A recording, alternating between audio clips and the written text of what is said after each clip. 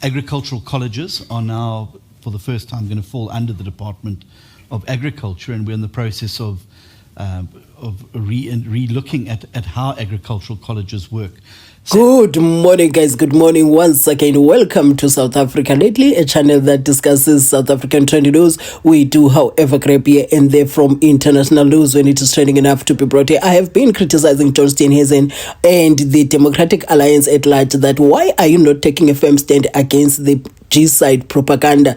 You know, for the first time, I'm hearing the Democratic Alliance sounding like a party that is actually in government within that GNU, not sounding like the opposition. Impressive, I must say, because this is something that I've been complaining about. So John Steenhuisen is going to be talking about, in this video, you're going to hear him talk about the agriculture, the colleges that deal with agriculture being under the Department of Agriculture. He also speaks well, man, like somebody that is in government. Also, we're going to hear him really coming against the propaganda that was spread. Like, that was impressive. That was impressive. I was even suspicious of, like, are we going to see President Cyril Ramaphosa coming back saying, now we have Stalin, ta-da! Hey guys, without wasting much of your time, you see, when I do this, guys, some people have complained that I explained a lot. You know, YouTube has their own regulations in terms of for fair use and all of that. I cannot just put people's video clips from different places without saying anything. I might end up having no channel. So when I do this, please bear with me so that at the end of the day we can all keep my channel and you enjoy the content.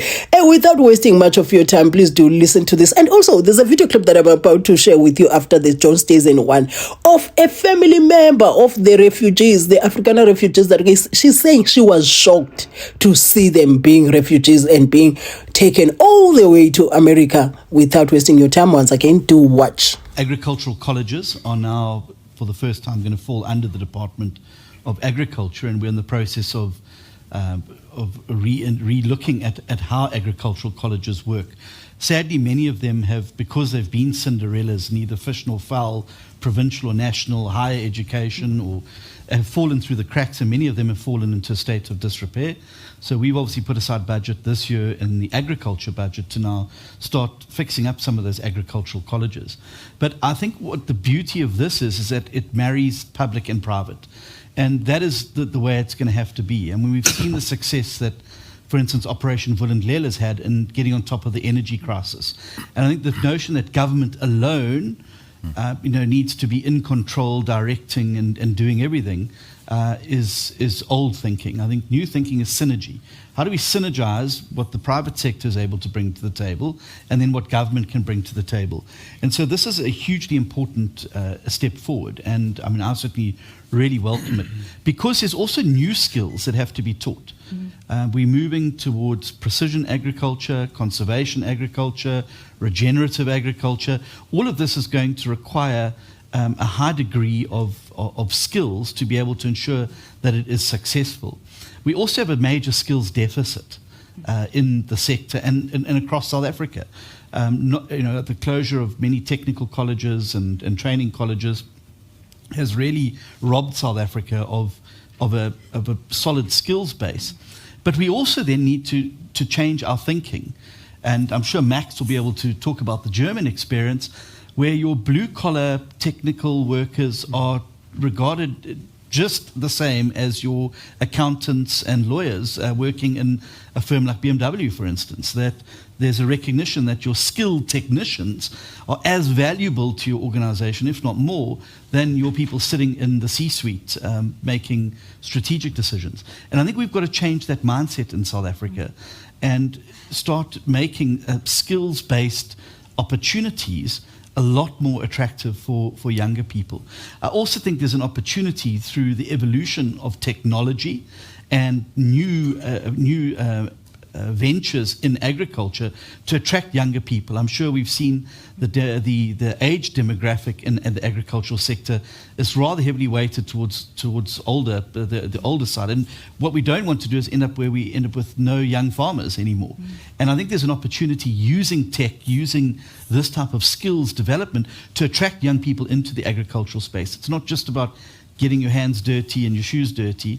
There's economics, there's there's weather, there's AI, there's drones, there's all of these new skills that are going to be required to unlock those potentials to massively improve yield over the coming time. We have to avoid at all costs a 30% tariff.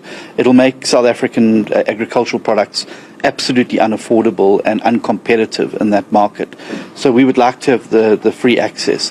I think it's also a very good opportunity for President Ramaphosa to be able to meet with his counterpart to dispel some of the myths and misinformation that have been whispered in his ear about South Africa. Things like a genocide. There's no genocide in South Africa. Things like mass expropriation without compensation.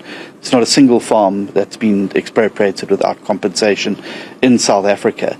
Yes, we have some issues with crime and criminality, but these affect all of our citizens in the same way. And so what we need to do is to make sure that when important trading partners like the US are making decisions around their outlook, their trade, their positioning, that they're making it based on the facts and not the fiction. And I think that's going to be very, very important. And then, of course, I want more market access for South African agricultural goods. Currently, we can only get citrus into the US from the Western Cape and I think it's Limpopo. That means that 85% of the rest of our citrus production doesn't have exposure. I'd like to change that. I am I'm 100% in shock right now. I've been following this nonsense about how America's offering, that Trump president offering refugee status in America. And I was like, I can't believe this. I can't believe people actually doing. And then they announced that the 59 people are going to America. And I was like, no. And then they arrived, right? And I'm just scrolling on TikTok and the video pops up. And the first people I see, I'm like, oh my God, I can't believe it. These people threw me out on the street and they're seeking refugee in America. Bro, I'm like completely shocked. I can't. What do they need protection from exactly? These people, they're not even Afrikaners. They're not even Afrikaners. I'm like so shocked. Like I'm so curious, like what they like. Whoa, they must have been like a lie or something. I don't know, because